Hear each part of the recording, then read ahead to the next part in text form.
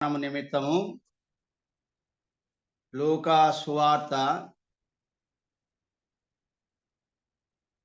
2వ అధ్యాయము. లూకా సువార్త 2వ అధ్యాయము 40వ వచనం నుండి 52 వరకు చదువుకుందాం. లూకా సువార్త 2వ అధ్యాయము 40వ వచనం నుండి 52వ వచనం వరకు గల వాక్య భాగాన్ని అందరం కలిసి చదువుకుందాము. బాలుడు జ్ఞానముతో నిండుకొనుచు ఎదిగి బలము పొందుచుండెను. దేవుని దయ ఆయన మీద ఉండెను. పస్కా పండుగప్పుడు ఆయన తల్లిదండ్రులు ఏటేటా యెరూషలేమునకు వెలుచుండువారు. ఆయన 12 ఏండ్ల వాడై ఉన్నప్పుడు ఆ పండుగను ఆచరించుటకై వాడుక చొప్పున వారు యెరూషలేమునకు వెళ్ళిరి. ఆ దినములు తీరిన తర్వాత వారు తిరిగి వెళ్ళుచుండగా బాలుడైన యేసు యెరూషలేములో నిలిచెను. ఆయన తల్లిదండ్రులు ఆ సంగతి ఎరుగక ఆయన సమూహములో ఉన్నాడని తలంచి ఒక దిన ప్రయాణము సాగిపోయి తమ బంధువులలోనూ నెలవైన వారిలోనూ ఆయనను వెదకుచుండిరి. ఆయన కనబడినందున ఆయనను వెదకుచు యెరూషలేమునకు తిరిగి వచ్చిరి. 3 దినముల తర్వాత ఆయన దేవాలయంలో బోధకుల మధ్య కూర్చుండి వారి మాటలను ఆలకించుచు వారిని ప్రశ్నలు అడుగుచూ ఉండగా చూచిరి. ఆయన మాటలు వినువారందరూ ఆయన ప్రజ్ఞకును ప్రత్యుత్తరములకును విస్మయముందిరి. ఆయన తల్లిదండ్రులు ఆయనను చూచి మిక్కిలి ఆశ్చర్యపడిరి. ఆయన తల్లి, కుమారుడా, మమ్మను ఎందుకు ఇలాగు చేసితివి? ఇదిగో నీ తండ్రియు నేనును దుఃఖపడుచు నిన్ను వెదకుచుంటుమని ఆయనతో చెప్పగా ఆయన, మీరేలా నన్ను వెదకుచుంటిరి? నేను నా తండ్రి పనుల మీద ఉండవలెనని మీరెరుగరా అని వారితో చెప్పెను. అయితే ఆయన తమతో చెప్పిన మాట వారు గ్రహింపలేదు. అంతటా ఆయన వారితో కూడా బయలుదేరి నజరేతునకు వచ్చి వారికి లోబడి ఉండెను. ఆయన తల్లి ఈ సంగతులన్నిటినీ తన హృదయములో భద్రము చేసుకున్నాను. యేసు జ్ఞానమందును వయస్సునందును దేవుని దయందును మనుషుల దయందును వర్ధిల్లుచుండెను. ప్రియమైన సోదర సోదరీలారా, ఉదయకాలం మనం చదువుకున్న వాక్య భాగం యేసుక్రీస్తు లోకములో రక్షకునిగా ఉదయించిన మీదట మరి పస్కా పండుగ జరుగుతున్న సందర్భంలో తల్లిదండ్రుల వారు పస్కా పండుగను ఆచరించడానికి యేసుక్రీస్తు అనే శిశువును కూడా బాలుని కూడా తీసుకొని వెళ్ళడం మనం చదువుకున్న భాగములు కనబడుతుంది. 41వ వచనం, పస్కా పండుగప్పుడు ఆయన తల్లిదండ్రులు ఏటేటా యెరూషలేమునకు వెలుచుండువారు. ఆయన 12 ఏండ్ల వాడై ఉన్నప్పుడు ఆ పండుగను ఆచరించుటకై వాడుక చొప్పున వారు యెరూషలేమునకు వెళ్ళిరి. యేసుక్రీస్తు అప్పటికి 12 సంవత్సరాల వయసు గల బాలుడు. 40వ వచనములో చూచినప్పుడు బాలుడు జ్ఞానముతో నిండుకొనుచు ఎదిగి బలం పొందుచుండెను. దేవుని దయ ఆయన మీద ఉండెను అనే మాట చూస్తున్నాం. 52వ వచనములో కూడా యేసు జ్ఞానమందును వయసునందును దేవుని దయందును మనుషుల దయందును వర్ధిల్లుచుండెను అని మనం చదువుతాం. 40 వచనము 52వ వచనము ఈ రెండిటిని మనం చూసినప్పుడు బాలుడు జ్ఞానముతో నిండుకొని యేసు జ్ఞానమందు అనే మాట 52 వయస్సులో ఎదుగుతున్నాడు, బలము పొందుతున్నాడు, దేవుని దయ మనుషుల దయను సంపాదించుకున్నాడు. పైనున్న దేవుని దయను, క్రింద ఉన్న మానవుల దయను, మనుషుల దయను తాను పొందినవాడిగా అలాగూ ఆయన వర్ధిల్లుచుండెను అనే మాట మంచి మాట చదువుకుంటున్నాం. అయితే ఈ సమయంలో మనం యెరూషలేమునకు వచ్చినప్పుడు ఆ పండుగ అయిపోగానే తల్లిదండ్రులైన వారు తమ ఊరికి బయలుదేరినారు. ఆ పండుగకు అనేక మంది చేరి రావడం జరిగింది. ప్రతి సంవత్సరం వారు వాడుక చొప్పున వారికి ఒక వాడుక ప్రతి సంవత్సరం యెరూషలేమునకు వెళ్ళడం. పస్కా పండుగ సందర్భముగా అక్కడ జరుగుతున్నటువంటి పండుగ ఉత్సవాల నిమిత్తం మరి యేసు తల్లి, తండ్రి యోసేపు, మరియలు ఆ ఉత్సవానికి ప్రతి సంవత్సరం వాడుక చొప్పున యెరూషలేమునకు వెళ్ళుచుండేవారు. ఆ మాట మనం ఉదయకాలంలో గమనించినప్పుడు వాడుక చొప్పున అని 42వ వచనం చివరి లైన్‌లో ఉంటుంది. పండుగ ఆచరించుటకై వాడుక చొప్పున వారు యెరూషలేమునకు వెళ్ళిరి. యెరూషలేము ఈనాడు మనకు దేవుని సంఘము. మనం ఇప్పుడు యెరూషలేమునకు అవసరం లేకుండానే దేవుడు ఆత్మ గనుక ఆయన ఆరాధించువారు ఆత్మతోనూ సత్యముతోనూ ఆరాధిస్తారు అని వారు కొండలకు వెళ్ళవలసిన పని లేదు, దూర ప్రయాణం కూడా చేయవలసిన పని లేదు. మీరున్న చోటనే దేవుని ఆరాధించుడి అని సత్యం యేసుక్రీస్తు సమరయ స్త్రీకి బయలుపరిచినాడు. కనుక ఈరోజు మనకు యెరూషలేము అంటే దేవుని మందిరం, సంఘం. వారు వాడుక చొప్పున వెళ్ళినట్టుగా మనం కూడా దేవుని మందిరమునకు, ప్రభు సన్నిధికి వాడుక చొప్పున, వాడుక అనే మాట ప్రతి ఆదివారం ప్రభువును ఆరాధించటానికి వాడుక చొప్పున ఎడతెగక ప్రభు సన్నిధికి వెళ్ళాలి అని ఒక హెచ్చరిక ప్రభు మన జ్ఞాపకం చేస్తున్నాడు.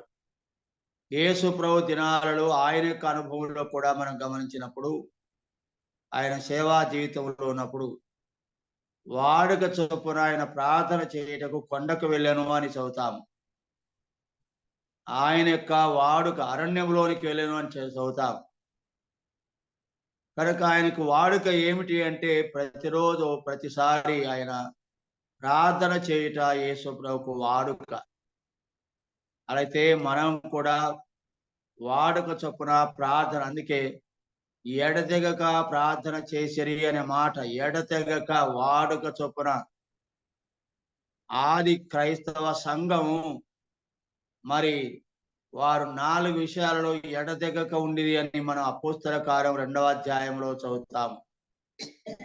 అపోస్తల బోధ ఎందును, సహవాసమందును, రొట్టె విరుచుట ఎందును, ప్రార్థన చేయుట ఎందును ఎడతెగక వాడుక చొప్పున వారు ఉండిరి అనే మాట మనం చూస్తాం. ఉదయకాలం కుటుంబ ప్రార్థనలో కూడా మనం ఎడతెగక లేదా వాడుక చొప్పున వాడుకై ఉండాలి. ఈ పాటికి మనకు ఇంకా జాయిన్ కావలసిన వారు జాయిన్ కాలేదు, వాడుకలోండి తొలగిపోతున్నావేమో, తప్పిపోతున్నావేమో.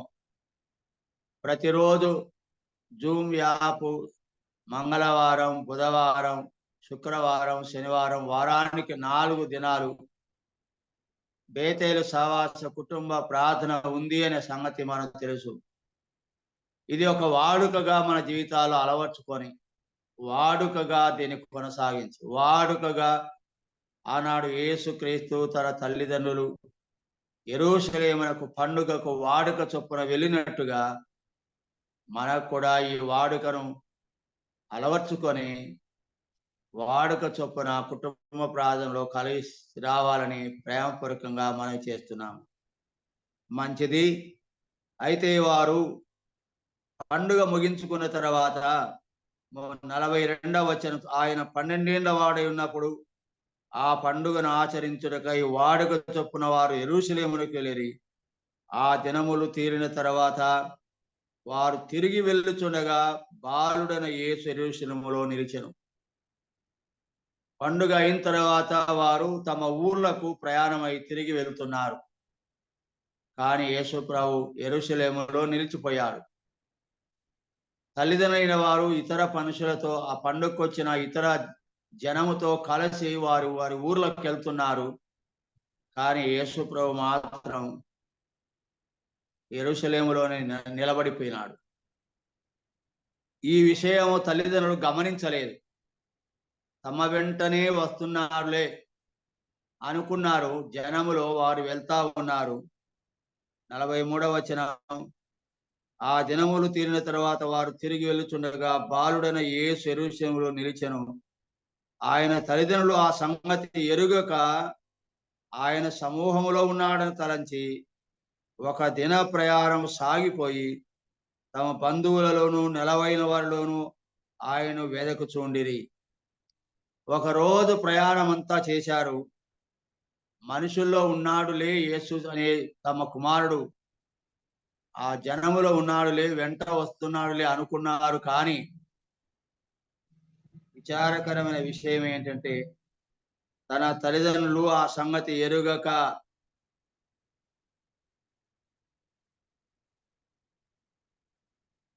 యేసు యెరూషలేములో ఉండిపోయినాడు.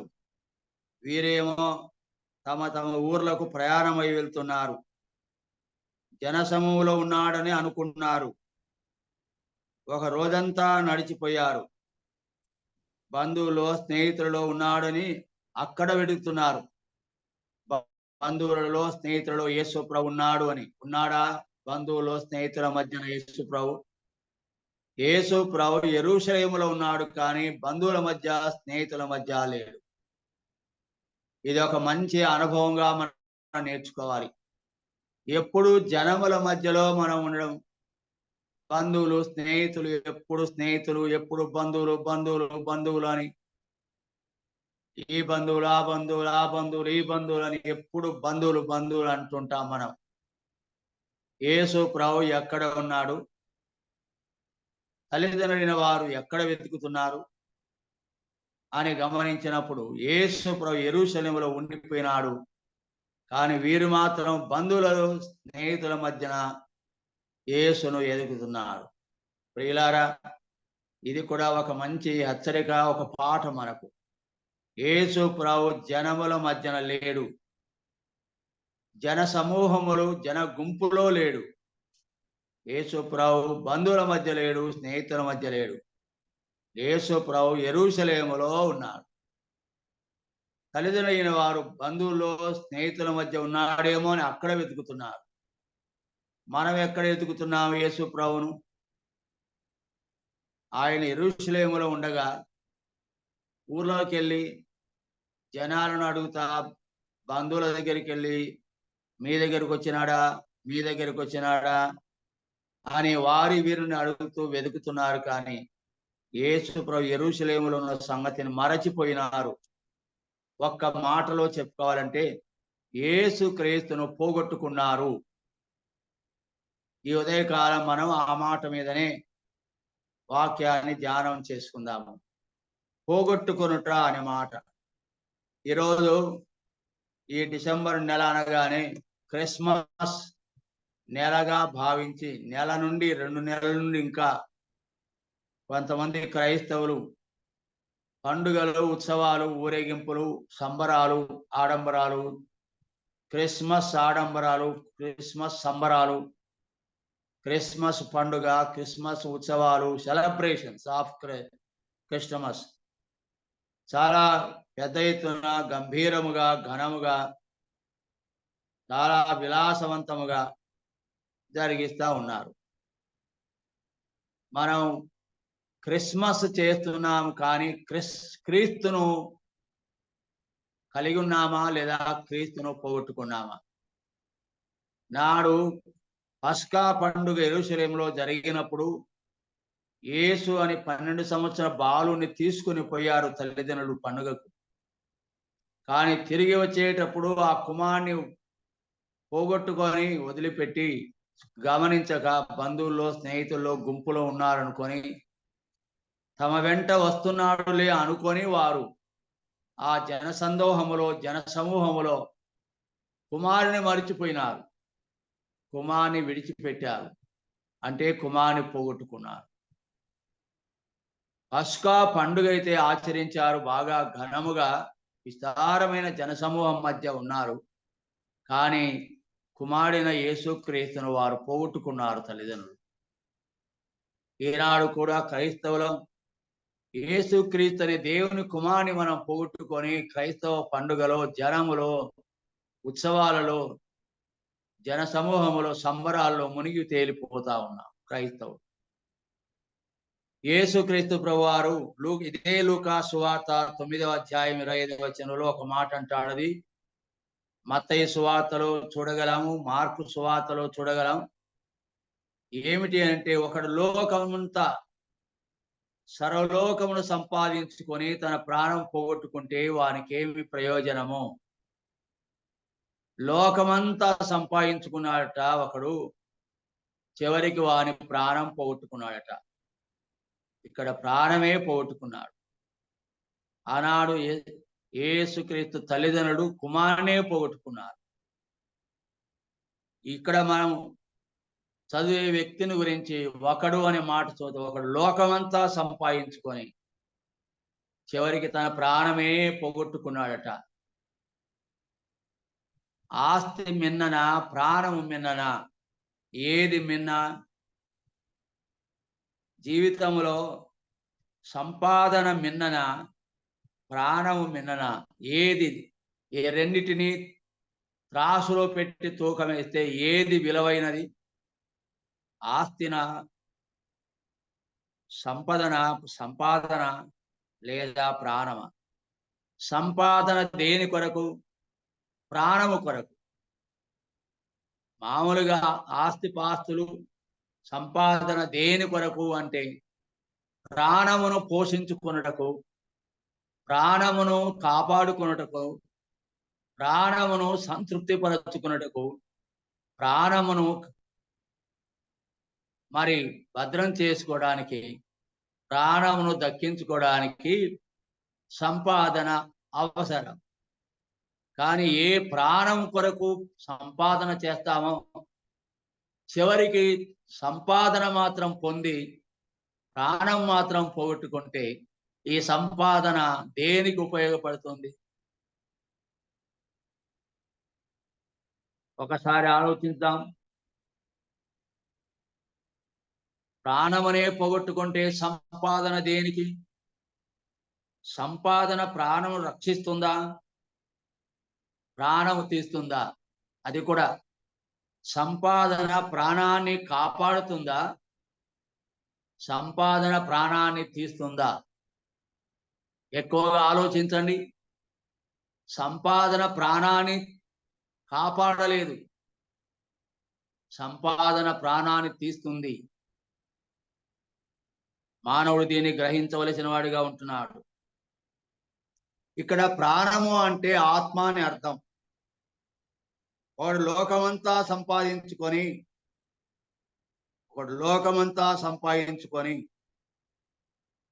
మరి ఆత్మను నష్టపరుచుకుంటే ఏమి ప్రయోజనం అని ప్రభు అడుగుతాడు.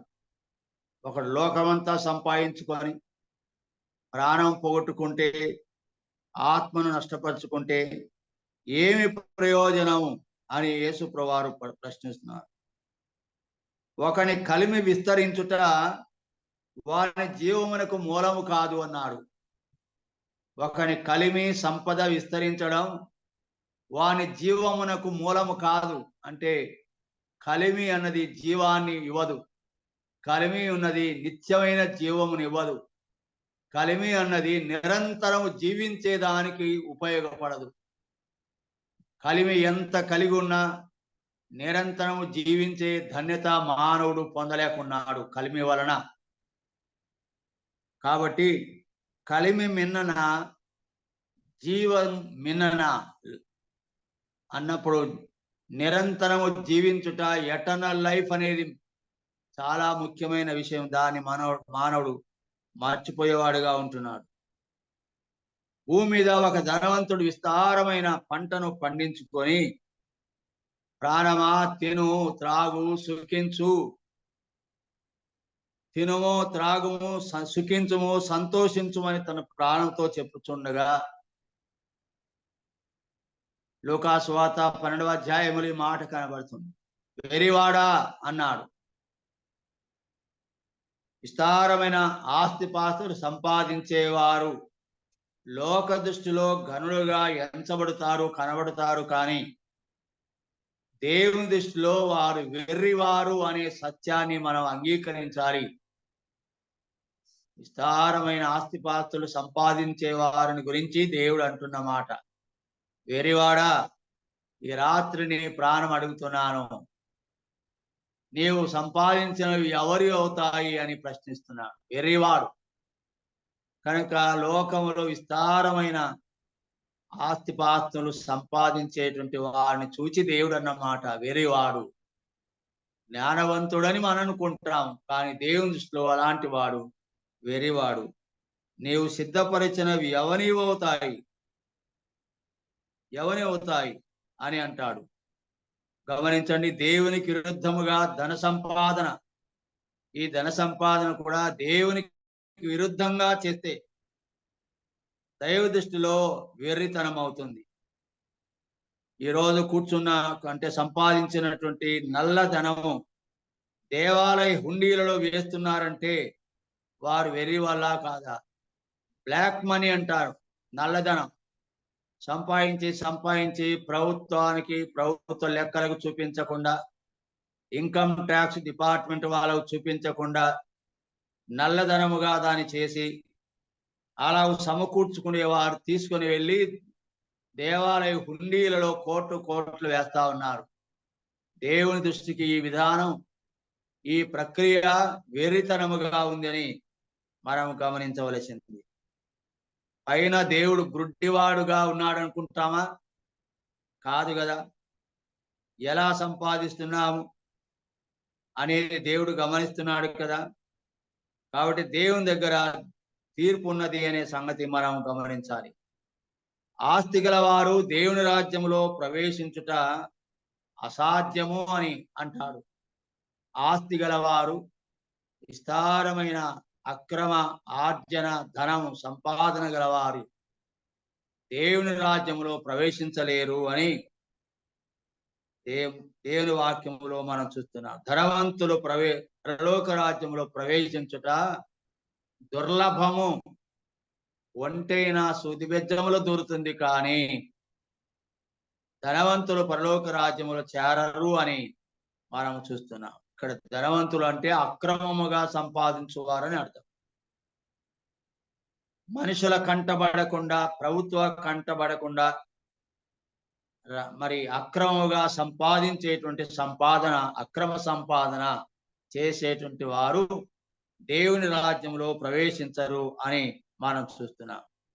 కాబట్టి అందుకే ఒకడు లోకమంతా సంపాదించుకొని వాని ప్రాణం పోగొట్టుకుంటే ఏమి ప్రయోజనము అనే ప్రశ్న వస్తా ఉంది. పోగొట్టుకొనుట అనే మాట. అట్లయితే మనం ఈ ఉదయకాలం చదువుకున్న వాక్య భాగంలో పోగొట్టుకొనుట అనేటువంటి ఒక అంశం కనబడుతుంది. నిన్ననే మనం ధ్యానం చేసుకున్న మత్తయి సువార్త 2వ అధ్యాయంలో తూర్పు దేశపు జ్ఞానులైన వారు యేసుక్రీస్తును పోగొట్టుకున్న వారుగా కనబడతారు. ఒక రకముగా ఎంతో కాలంగా మీకా ప్రవక్త ప్రవచించిన ప్రవచనం చొప్పున యేసుక్రీస్తు బెత్లెహేములో జన్మిస్తాడు. యూదయ దేశంలో బెత్లెహేము అనే చిన్న గ్రామములో పశువుల శాలలో పుట్టి పొత్తిగుడ్డలతో చుట్టబడి పశువుల తొట్టిలో పరుండబెట్టబడి ఉన్నాడు. అనే విషయం ఆ వార్త లోకమందంతటా ప్రచారమైంది. తూర్పు దేశపు జ్ఞానులు ఆ వార్తను విని వారు ఇతర దేశముల నుండి ప్రయాణమై 2 సంవత్సరములు ప్రయాణమై వచ్చారని మనం వింటాము. వచ్చి అక్కడ వస్తూ వారు బెత్లెహేమునకు వెళ్ళకుండా యెరూషలేమునకు దారి తప్పి వెళ్ళారని నిన్న జ్ఞాపకం చేసుకున్నాం. మరి నక్షత్రం అయితే యేసుక్రీస్తు వైపే ప్రయాణం చేస్తా ఉంది జ్ఞానులకు ముందుగా. ఆ నక్షత్రం ఇంకా వారికి దారి చూపుతుండగా బెత్లెహేము వైపు ఆ నక్షత్రం ముందుకు సాగుతూ ఉండగా బెత్లెహేమునికి వెళ్ళవలసిన వీరు దారి తొలగి యెరూషలేము తట్టు చూచి యెరూషలేములో ఉన్నటువంటి ఆ విద్యుత్ వెలుగులకు ఆకర్షించబడి నక్షత్రాన్ని విడిచి వారు బెత్లెహేమునికి వెళ్ళారు. హేరోదు రాజు దగ్గరికి వెళ్ళారు అంటే అర్థం వారు యేసును అనే శిష్యును పోగొట్టుకున్నట్టే కదా. రాజభవనంలో దేదీప్య కాంతుల మధ్య అంబరాన్ని అంటే సంబరాలు మధ్య యేసు ఉంటాడు అని అనుకొని యెరూషలేమునకు వెళ్ళి యేసును పూజించుటకు వచ్చితిమని రాజుతో అంటారు. చూచారా, జ్ఞానులైనను అనేక సార్లు బుద్ధిహీన కార్యాలు చేస్తారు. వారు జ్ఞానులే కాని ఇప్పుడు వారు దారి తొలగిన జ్ఞానులు, దారి తప్పిన జ్ఞానులు. ఏమనాలి వీరిని? జ్ఞానులైనను అనేక సార్లు బుద్ధిహీనమైన కార్యాలు చేస్తారు అనే దానికి ఇది ఒక చక్కని ఉదాహరణ కదా. వారేమో జ్ఞానులే కానీ నక్షత్రం ఇంకా బెత్లెహేము వైపు సాగుతుండగా వారు దారి తొలగి ఎడమవైపునకు యెరూషలేమునకు వెళ్ళారు. దారి తప్పిన జ్ఞానులు ఏమనాలి వారిని? బుద్ధిహీనులైన వారు అని మనం చూడవచ్చు. అందుకే అంటాడు దేవుని వాక్యంలో, ఈ లోక జ్ఞానమును దేవుడు వెరితనముగా చేసి ఉన్నాడు అన్నాడు. లోక జ్ఞానము జ్ఞానులు వారి జ్ఞానమును వెర్రితనముగా చేశాడంట. లోకము తన జ్ఞానము ద్వారా దేవుని ఎరగడం లేదు. అవును, సొంత జ్ఞానాన్ని ఉపయోగిస్తే వారు దేవుని ఎరగరు అని కొరింథీ పత్రికలో మనం చూస్తాం. ఈ లోక జ్ఞానం దేవుడు వెరితనముగా చేసినాడు. లోకము తన జ్ఞానము చేత దేవునిని ఎరగకుండా ఉంది. యేసును పూజింపగోరు వారు స్వల్ప గ్రామన బెత్లెహేమునకు వెళ్ళాలి గాని పరిశుశాలకు వెళ్ళి తొట్టిలో ఉన్న యేసును చూడాలి గాని చూచారా? చూడలేదు. జ్ఞానులైన దారి తప్పి స్వల్ప గ్రామమైన బెత్లెహేములో పుట్టిన యేసును పోగొట్టుకున్నారు. బెత్లెహేములో పుట్టిన యేసు క్రీస్తును పోగొట్టుకున్నారు. వీరెవరు అంటే జ్ఞానులు. జ్ఞానులే కాని దారి తప్పిన జ్ఞానులు. వారి సొంత జ్ఞానమును ఉపయోగించారే తప్ప దైవ జ్ఞానాన్ని ఉపయోగించలేదు. సొంత జ్ఞానం బట్టి దేవుని ఎరగకుండిరి అనే వాక్యం ఎంత నెరవేర్పు. నేటి క్రైస్తవ జనాంగం క్రిస్మస్ వేడుకల్లో పడి ఆటలను మరి ఆడుకుంటూ వేడుకలో క్రీస్తును పోగొట్టుగా కనబడుతున్నారు. గమనించారా ప్రియులారా? యెరూషలేము వైపు చూడడం ద్వారా బెత్లెహేములో ఉన్న యేసును పోగొట్టుకున్నారు. యెరూషలేముకి వెళ్ళడం ద్వారా బెత్లెహేములో ఉన్న యేసును పోగొట్టుకున్నారు. ఈరోజు క్రైస్తవ లోకం ఎలా ఉంది అంటే క్రైస్తవ పండుగలు, ఉత్సవాలు, ఊరేగింపుల వేడుకలు ఘనముగా ఎంతో సంబరముగా ఉత్సాహముతో ఉత్సవాలు జరిగిస్తున్నారు. కానీ క్రీస్తును పోగొట్టుకున్న వారుగా ఉన్నారు. క్రీస్తును పోగొట్టుకున్న వారుగా ఉన్నారు. దేవుని ఆత్మతో సత్యముతో ఆరాధించవలసిన వారు దాన్ని విడిచిపెట్టి క్రిస్మస్ వేడుకల్లో ఆరాధన పోగొట్టుకున్నారు. రేపు ఈ నెల 24వ తేదీన 25వ తేదీ ఆదివారం పడుతుంది. ఎంతమంది క్రైస్తవ సంబరాల్లో మునిగిపోతారో, ఎంతమంది ప్రభు దగ్గర ఆరాధిస్తారో మనం చూడవచ్చు. కాబట్టి జ్ఞానులైన వారు సైతం యేసును పోగొట్టుకున్నారు. ఈనాడు క్రైస్తవ లోకంలో ఎంతో మంది పెద్ద పెద్ద క్రైస్తవ బోధకులు, పండితులు, బైబిల్ పండితులైన అనేక మంది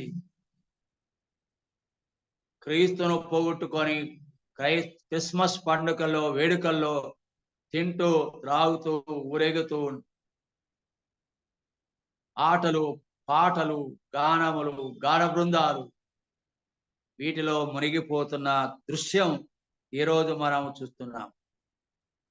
పాస్టర్లు గాని, సంఘ నాయకులు గాని క్రిస్మస్ పండుగలను అంగరంగ వైభవంగా జరుపుకుంటూ క్రీస్తు యేసును పోగొట్టుకున్న వారుగా కనబడుతున్నారు.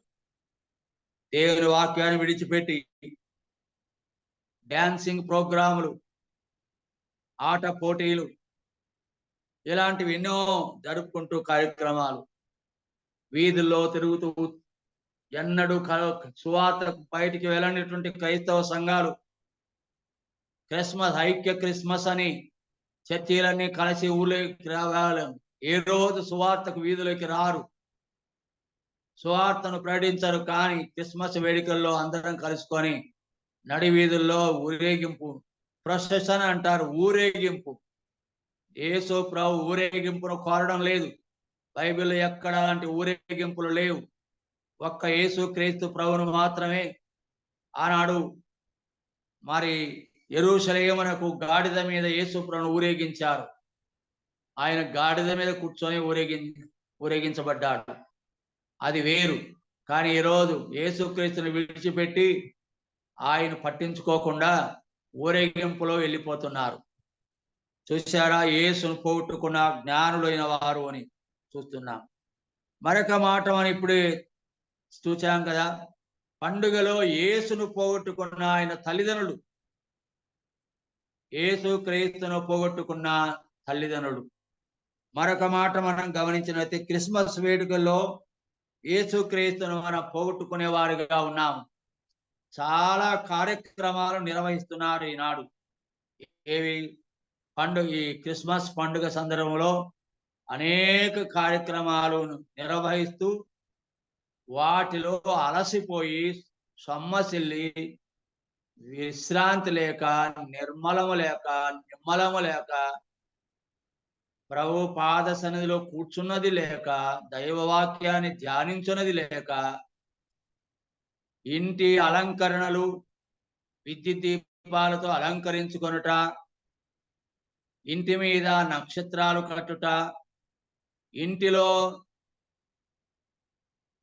క్రిస్మస్ చెట్టు అలంకరించుట, యేసు అనే శిశువును తయారు చేసి పొత్తిగుడ్డలోని దానితో పెట్టి దాని చుట్టూ మరి అలంకరించి ఆ విధమైన పనుల్లో నిమగ్నులైపోయినారు. కానీ ప్రభువును గురించి ధ్యానము చేసి, ప్రభువును స్తుతించి, పూజించి, ఆరాధించుట అన్న విషయంలో వారు పోగొట్టుకున్నారు ఆరాధనను అని మనం గమనిస్తాం. క్రిస్మస్ సందర్భంగా ఒక అమ్మాయి సండే స్కూల్ కార్యక్రమాలకు వెళ్ళి క్రిస్మస్ కార్యక్రమాలు, వినోదంగా జరుగుతున్న కార్యక్రమాలు చూచి అందులో పాల్గొని ఆ బిడ్డ అలసిపోయి సొమ్మసిల్లి ఇంటికి వస్తుంది. ప్రతిరోజు తండ్రి యొక్క కాళ్ళ మీద పండుకొని, ఒడిలో పండుకొని, తండ్రి మెడ పట్టుకొని ముద్దు పెట్టుకుంటూ తండ్రితో బాగా ఆనందించేది. ఈరోజు క్రిస్మస్ వేడుకల్లో పాల్గొనొచ్చిన ఆ బిడ్డ తండ్రి ఒడిలో కూర్చున్నది, కానీ వెంటనే నిద్రపోయింది.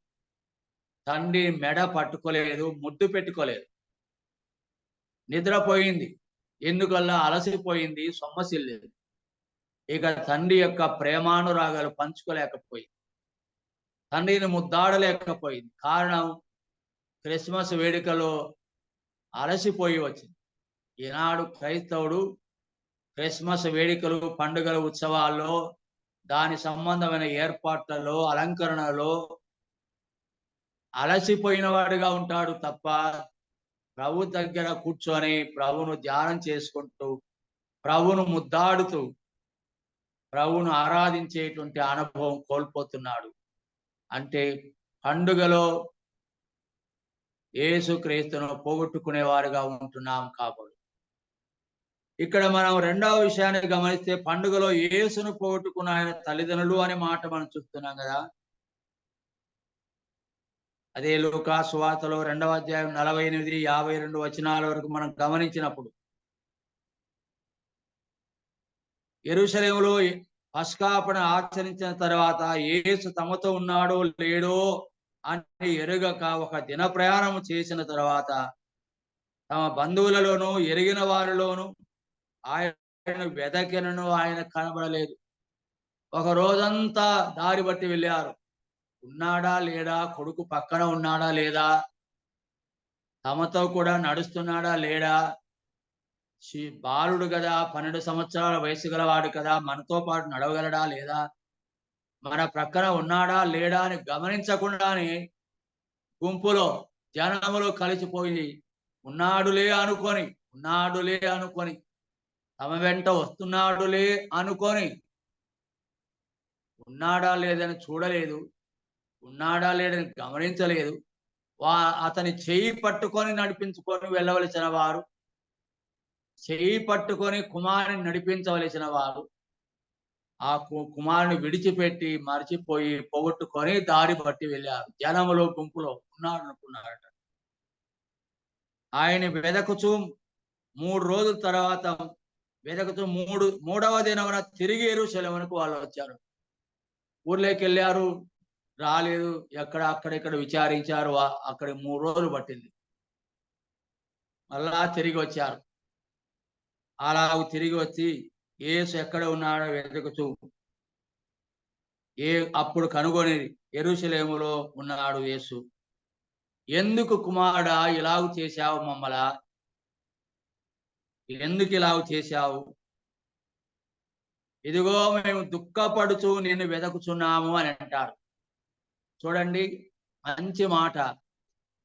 మేము దుఃఖపడుతున్నాము నీ కొరకు అన్నారు. ఎందుకు దుఃఖపడాల్సి వచ్చింది?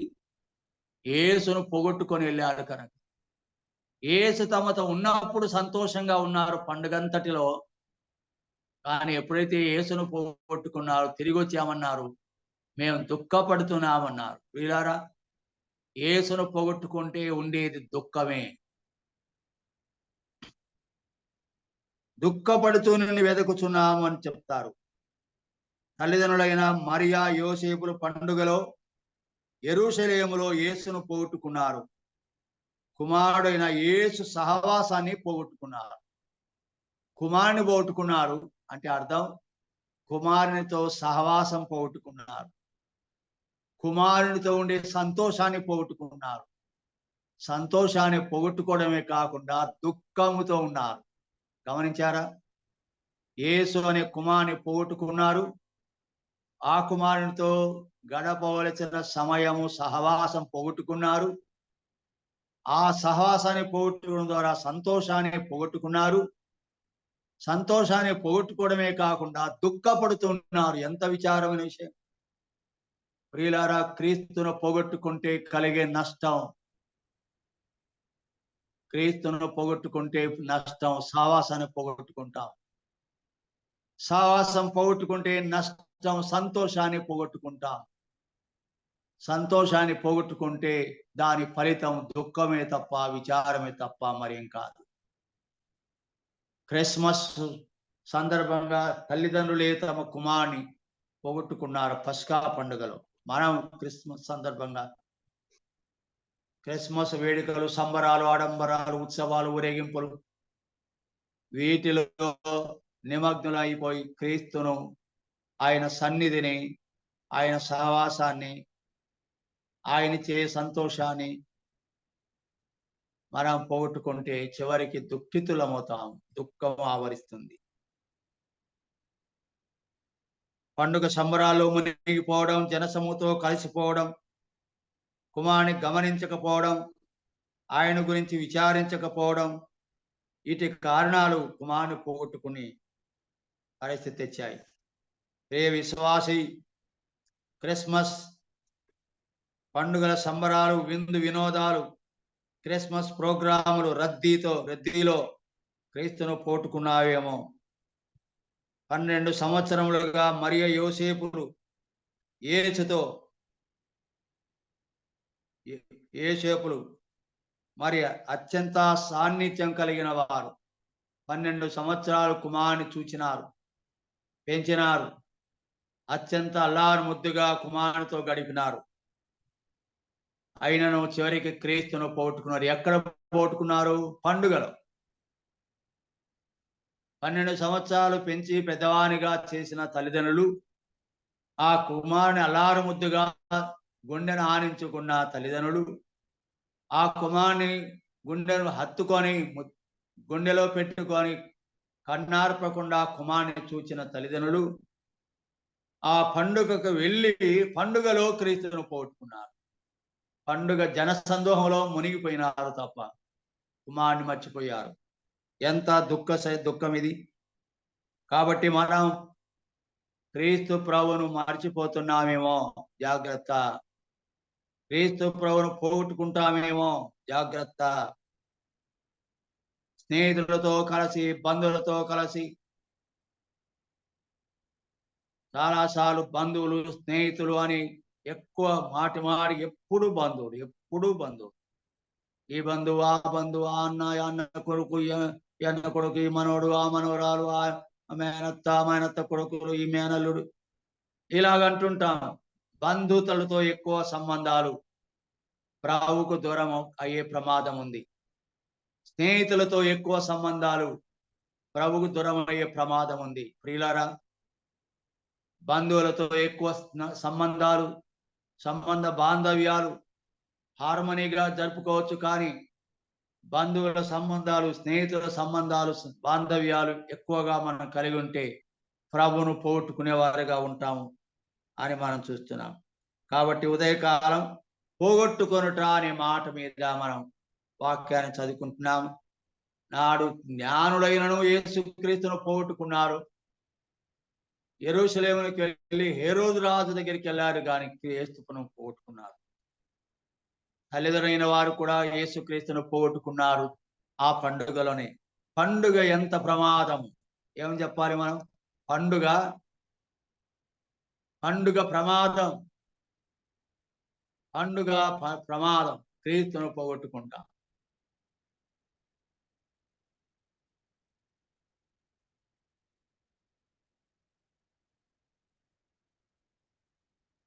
జన సమూహములో యేసు ప్రభు లేడు. జనాలు గుంపు కొడిసారికి పోవద్దు మనం. ఎక్కడ జనసందోహాలు ఉన్నాయో ఆ జనసందోహాలకు వెళ్తే అక్కడ యేసు ప్రభు ఉన్నాడు. యేసు ప్రభు ఏకాంతంగా ఉంటాడు. యేసు ప్రభు నిర్మలంగా ఉంటాడు, ఒంటరిగా ఉంటాడు. జనములో ఉంటాడని, జనములు గుంపులలో ఉంటాడని వెళ్ళకూడదు మనం. కాబట్టి ప్రియులారా, మనం పరీక్షించుకుందాం. చివరి మాటగా ప్రభు మందిరములో, దేవుని సన్నిధిలో ప్రభువును వెతుకుదామా? వెలపట లోకములో స్నేహితుల మధ్య, బంధువుల మధ్య ఉంటూ దేవుని వెతకగలమా? అలా మనం పరీక్షించుకోవడం ఎంత గొప్ప విషయం. ఈరోజు మనం పోగొట్టుకునేవారిగా ఉన్నామా? సంపాదించుకునేవారిగా ఉన్నామా? క్రీస్తును పౌలు అంటాడు, నేను క్రీస్తును సంపాదించుకున్నాను అన్నాడు. లోకమును పెంటగా ఎంచుకున్నాను, క్రీస్తును సంపాదించుకున్నాను అన్నాడు. ఎంత చక్కని మాట! మనం యేసుక్రీస్తును సంపాదించుకునేవారిగా ఉంటున్నామా, పోగొట్టుకునేవారిగా ఉంటున్నామా? ఒక మాట చదువుదాం. ఫిలిప్పీలకు రాసిన పత్రిక 3వ అధ్యాయం 7వ వచనం. అయినను ఏవేవి నాకు లాభకరములై ఉండెనో వాటిని క్రీస్తు నిమిత్తం నష్టముగా ఎంచుకొంటిని. ఏవేవి లాభకరముగా ఉన్నాయో వాటన్నిటినీ పోగొట్టుకున్నాను, వదిలేశాను. కానీ ఒక్క దాన్ని నేను క్రీస్తును సంపాదించుకున్నాను. ఏవేవి నాకు లాభకరముగా ఉన్నాయో వాటన్నిటిని నష్టముగా ఎంచుకున్నాను, క్రీస్తును సంపాదించుకున్నాను. ఎంత చక్కని అనుభవం ఇది. 9వ వచనంలో క్రీస్తును సంపాదించుకొని అనే మాట కనబడుతుంది. నేను క్రీస్తును సంపాదించుకున్నాను, ఏవేవి నాకు లాభకరములు. 14వ వచనం అంటాడు, క్రీస్తు యేసునందు దేవుని ఉన్నతమైన పిలుపునకు కలుగు బహుమానం పొందవలనని గురి ఎత్తకే పరిగెత్తుచున్నాను అన్నాడు. దేవుని ఉన్నతమైన పిలుపునకు కలుగు బహుమానం పొందవలనని గురి ఎద్దకే నేను పరిగెత్తుచున్నాను అన్నాడు. దేవుని ద్వారా బహుమానం పొందుట కొరకై నేను గురి ఎద్దకు పరిగెత్తుచున్నాను, క్రీస్తును సంపాదించుకున్నాను. ఏవేవి నాకు లాభకరములో అవన్నీ నష్టముగా ఎంచుకున్నాను. అందుకే యేసుప్రభు ఒక మాట అన్నాడు, నా నిమిత్తం తమ ప్రాణము పోగొట్టుకొనని వాడు దానిని పోగొట్టుకుంటాడు, నా నిమిత్తం ప్రాణం పెట్టేవాడు దాన్ని కాపాడుకుంటాడు అంటాడు. ప్రభు కొరకై మనం ప్రాణం పెట్టేవారిగా ఉంటే దాన్ని కాపాడుకోగలమన్నాడు. కానీ నా నిమిత్తం ప్రాణం పెట్టడానికి ఇష్టపడని వాడు దాన్ని పోగొట్టుకుంటాడు అన్నాడు. కాబట్టి ప్రియులారా, మనం ఏవేవి లాభకరములో వాటి నష్టముగా ఎంచుకొని క్రీస్తును సంపాదించుకొని దేవుని ఉన్నత పిలుపు వలన మనం పొందబోయే బహుమానం కొరకు మనం ఎదురు చూడవలసిన వారిగా ఉంటున్నామని 3:14లో బహుమానం పొందవలను అని గురి యొద్దకే పరిగెత్తుచున్నాను, గురి యొద్దకే పరిగెత్తుచున్నాను. ఉదయకాలం అటువంటి విశ్వాసం కలిగి ఉందాం. ఒకే ఒక ప్రశ్న, పోగొట్టుకుంటున్నామా, సంపాదించుకుంటున్నామా? ఏమి సంపాదించుకుంటున్నాము, ఏమి పోగొట్టుకుంటున్నాము? ఒకడు లోకమంతా సంపాదించుకొని చివరికి వాని ప్రాణమే పోగొట్టుకుంటే వానికి ఏమి ప్రయోజనం? ఏమి ప్రయోజనం? ప్రయోజనం లేని వాటిని సంపాదించుకుంటున్నావా, ప్రయోజనం ఉండే వాటిని సంపాదించుకుంటున్నావు? ఉదయకాలం పరీక్షించుకుందాం. తూర్పు దేశపు జ్ఞానులే కాని పేరుకు జ్ఞానులైనను వారు యేసును పోగొట్టుకున్నారు. బెత్లెహేముకి వెళ్ళవలసిన వారు యెరూషలేమునికి వెళ్ళారు, జ్ఞానులే కదా. దేవుడు జ్ఞానులను జ్ఞానహీనులుగా చేస్తారు. వారి జ్ఞానంను బట్టి వారు దేవుని ఎరగడం లేదు. వారి కుయుక్తిలో దేవుడు పట్టుకుంటాడు. జ్ఞానులను అనుకొని దేవుని మీద గురి లేకుండా సాగేవారిని వారి జ్ఞానంలోనే కుయుక్తులనే పట్టుకుంటాడు. మనం అలా క్రీస్తును పోగొట్టుకునే వారం కాకుండా క్రీస్తును సంపాదించుకునే వారిగా ఉండాలని జ్ఞాపకం చేయబడుతున్నాము. ప్రభు ఈ మాటలు దీవించును గాక. ప్రేరేపించిన సోదరు